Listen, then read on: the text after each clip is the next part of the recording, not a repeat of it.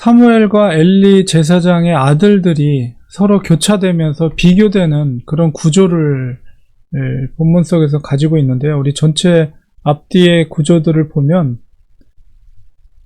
11절에 사무엘에 대해서 언급되어 있고, 오늘 본문 속에서 엘리의 아들들에 대해서 기록이 되어 있고, 그리고 17절이 끝나자마자 18절에서 21절까지 사무엘과 그의 가정에 대해서 언급하고 있습니다. 그리고 그것이 끝나자마자 엘리의 아들들의 악행에 대해서 다시 한번 기록하고, 그 다음에 26절 사무엘을 짧게 기록하고, 그 다음에 27절 36절까지 엘리 아들들, 이렇게 교차되면서 사무엘과 엘리 아들들이 비교되는 구조를 이루고 있는데, 이 사무엘의 저자는 일부러 특별히 엘리의 아들들의 악행에 대해서 비교적 구체적이면서 자세하게 기록하고 있습니다. 그래서 오늘 앞서서 우리가 한나의 기도 속에서 높이기도 하시고 낮추시는 하나님, 그 하나님께서 엘리의 가문을 어떻게 낮추는가, 그런 그 근본 원인이 되는 내용들이 계속 교차되면서 설명되고 있습니다. 오늘 본문 속에서 엘리의 아들들에 대해서 그들이 어떤 악행을 저질렀는가를 설명하고 있는 부분인데요. 우리 앞서서 2장 3절에서 엘리 제사장을 언급하면서 그들의 아들이었던 홈니와 비느하스, 그들을 제사장이라고 이렇게 칭하고 있습니다.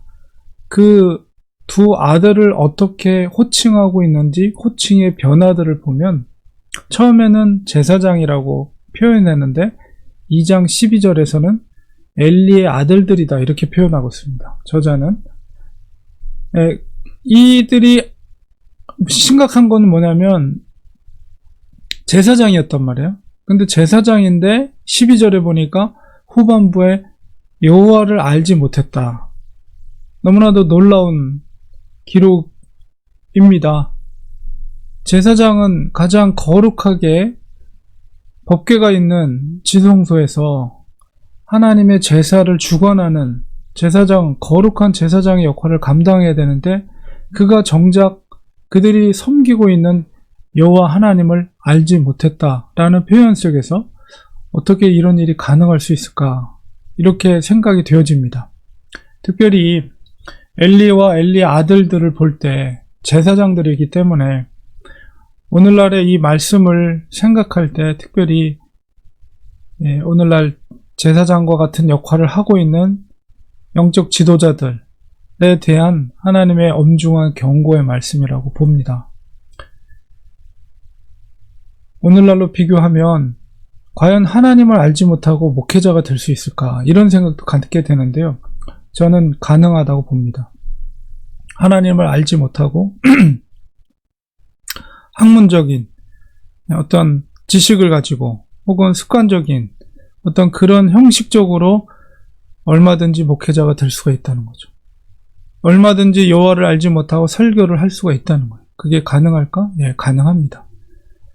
그런 우리가 두렵고 떨리는 마음을 가질 필요가 있죠.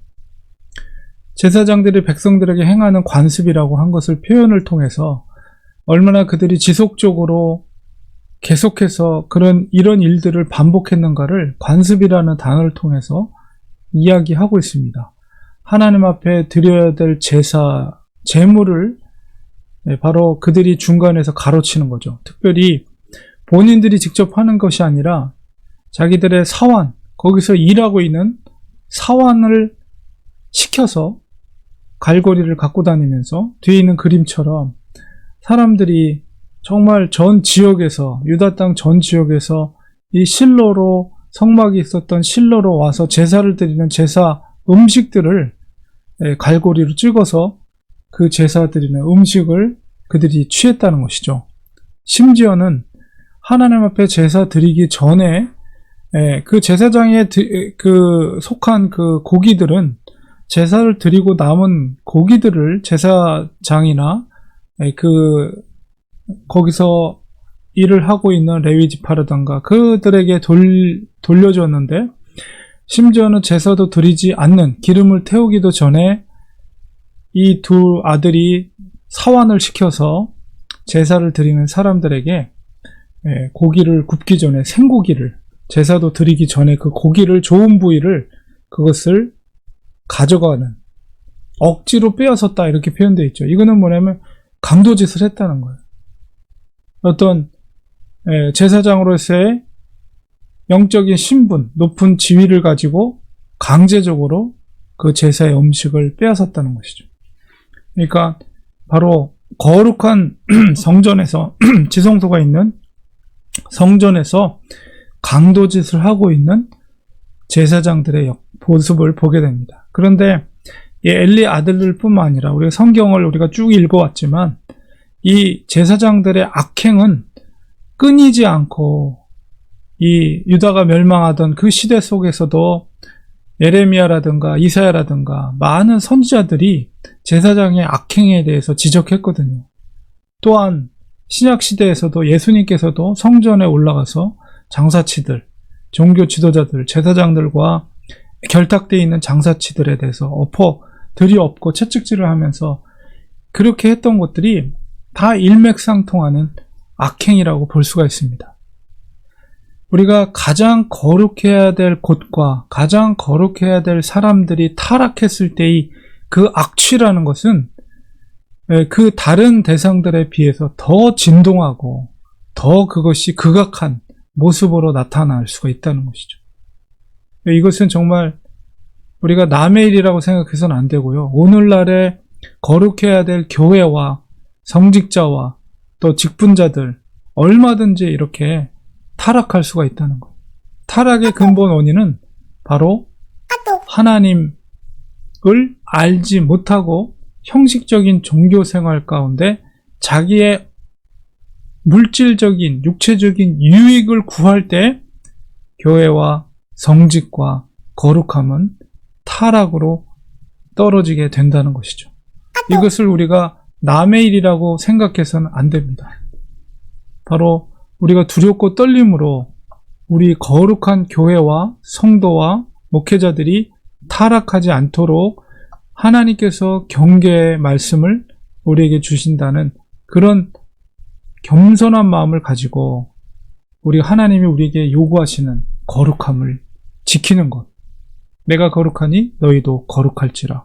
이것이 하나님이 우리에게 원하시는 가장 중요한 거예요. 경건을 유지하는 것. 우리의 거룩함을 유지하는 것. 우리의 예배당 교회 생활뿐만 아니라 우리의 모든 생활 속에서 이 정직과 거룩함을 하나님 앞에 보이는 것. 이것이 하나님이 가장 우리에게 원하시는 것입니다. 그래서 이러한 엘리의 제사장의 아들들의 표현 속에서 제사장이라고 표현했지만 그 다음엔 엘리의 아들들이라고 표현하고 있고, 마지막에 뭐라고 표현했냐면 이 소년들이라고 표현하고 있고, 마지막 후반부에는 그들, 이 사람들이라고 표현되어 있어요. 제사장이라는 신분을 갖고 있는 사람들을 하나님은 결국은 뭐라고 표현하냐면 이 사람들, 하나님과는 관계가 없는 사람들이라고 표현하고 있습니다. 그 호칭을 통해서도 엘리의 앞으로 가문이 어떻게 멸망하게 됐는가, 높은 자를 낮추시는 하나님, 낮은 자를 높이시는 하나님의 주권을 우리가 보게 됩니다. 그 속에서 가장 중요한 것은 바로 거룩함이나 하나님의 거룩함을 지키는 것. 성전뿐만 아니라 바로 우리의 일반적인 생활 속에서, 세상 속에서 거룩함과 경건을 지키는 것이 하나님이 기뻐하시는 것이라는 것입니다.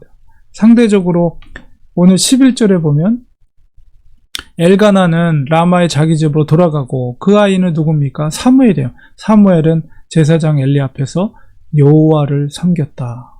딱 한 줄로 돼 있지만 바로 이 어린 사무엘은 엘리 앞에서 바로 여호와를 섬겼다. 그러나 그들과 대조적인 엘리의 아들들의 악행을 통해서 우리가 하나님께서 원하시는 것이 무엇인가, 오늘날 믿음생활, 신앙생활을 한다고 하면서 세상 속에서 나의 육체적인 유익을 구하고 심지어는 내 중심 속에 하나님이 없이 교회를 나오면서 나의 육체적인 욕심을 따라서 살아가는 사람들도 얼마든지 존재할 수 있다는 경고를 오늘 이 말씀 속에서 하고 있다는 것이죠. 그러니까 우리는 항상 두렵고 떨림으로 하나님께서 우리에게 요구하시는 교회에 다니는 그 모습 속에서 우리에게 거룩함을 보이는 것 뿐만 아니라 우리가 일상생활 속에서 거룩함을 유지하고 경건함을 유지하고 정직함을 유지하는 삶을 사는 것이 하나님 앞에서 얼마나 중요한 일인가. 그것은 구원과 직결된 문제라는 사실을 우리가 두렵고 떨리는 마음으로 가지고 우리 말씀을 보면서 이 시대 가운데 믿음으로 하나님이 기뻐하시는 경건의 삶을 사는 우리가 되어야 되겠습니다. 우리 기도하겠습니다. 하나님 아버지, 가장 거룩해야 될 하나님의 그 성막의 제사장들이 하나님을 알지 못하고 하나님의 제사를 무시하고 그들이 그 성막 안에서 강도짓을 하는 모습을 봅니다. 하나님, 이 모습이 우리의 모습이 되지 않도록 우리가 두렵고 떨림으로 믿음 생활을 하게 하여 주시옵소서. 형식적인 그리고 이중적인 그런 신앙생활이 아니라 우리 중심 속에 온전히 하나님을 알고 하나님을 섬기고 또 우리의 교회생활뿐만 아니라 일반 우리의 삶 속에서도 우리의 거룩함과 성결함을 유지하며 정직함을 유지하며 사람들 앞에서 속이지 않고 거룩함으로 살아가는 저희들 되게 하여 주시옵소서. 하나님의 정말 두렵고 떨리는 마음을 높이기도 낮추시기도 하시는 그 하나님을 두렵고 떨림으로 우리가 주님을 경외하며 섬길 수 있게 하여 주시옵소서. 믿지 않는 자들과의 관계 속에서도 우리가 그러한 경건함을 잃지 않도록 하나님 도와주시옵소서. 예수님의 이름으로 기도드리옵나이다. 아멘.